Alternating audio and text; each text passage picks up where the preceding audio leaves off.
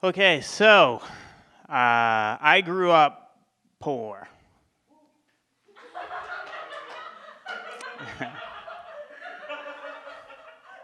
That was a quick applause break.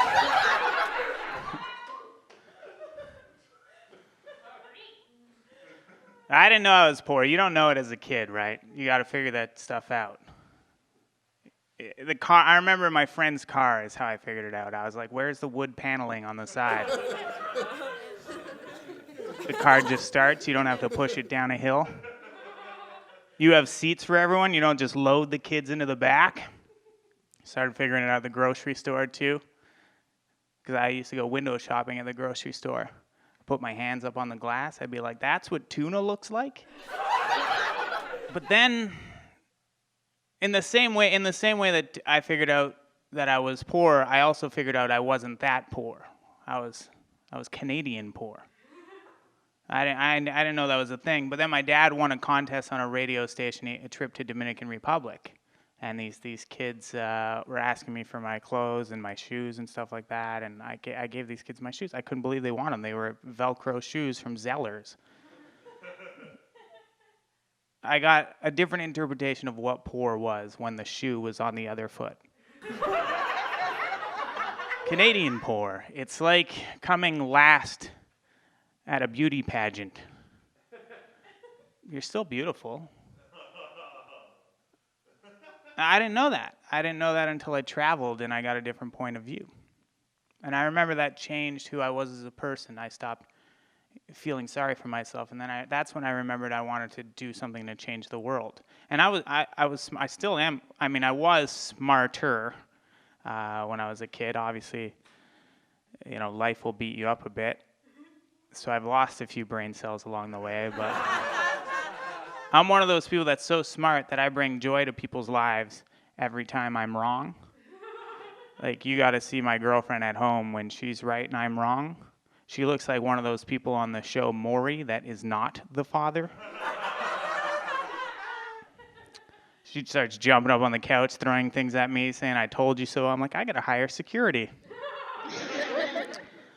So I had to use my smart for something selfless once I had that interpretation of what poor was.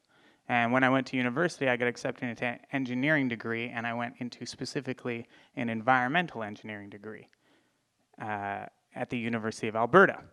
And when I was graduating at the end of 5 years, I had a B+ average, which is not bad. And my parents showed up for the graduation ceremony, and I wanted to make them proud. So right before I went up on stage to accept my degree, I told the person that was about to announce my name that I actually graduated with honors, and they believed me. And so they said, "Jon Gagnon, graduating from the University of Alberta Environmental Engineering Program with straight A's." And then I got a huge round of applause. And I learned something that day. You can either work really hard for 5 years, or you can have a couple of beers and build some confidence and lie to the people around you.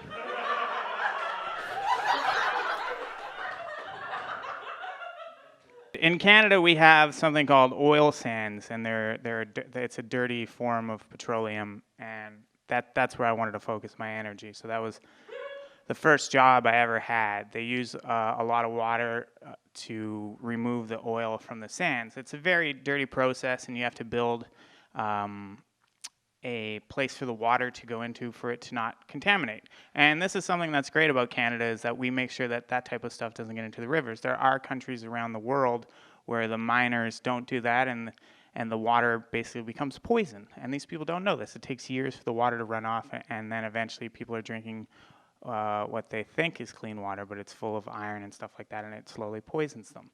So in Canada, we don't do that, but what we are guilty of is consuming just too much water in the process. And so what I did for the first few years that I worked as an environmental engineer is we developed a way to reduce the water use in the oil sands in Canada. We were able to reduce it by doing a piping system. Yeah, it was really cool. Thank you. That recognition is about 1,000th of the girl who had a sign at an environmental protest that said, "Fuck me, not the environment." She had more of an impact. socially. I moved to Vancouver. I couldn't live in Fort McMurray for long. I just didn't fit into the culture. So I did move to Vancouver because this was known as the most environmental city in Canada. And when I came here, I was a little bit disappointed because I think Vancouver wants to be great, but isn't. It's kind of lying. I mean, this is a city that protests pipelines, but also yells every time it sees a cyclist. Pick a side, you vegans. This is a city with a lot of BMW crossovers. Those are minivans. Call them crossovers all you want. I know what they are. I don't know what the point of what I'm trying to say is, but I think what I'm trying to say is, what I've learned is you can always be less selfish. You can always be better.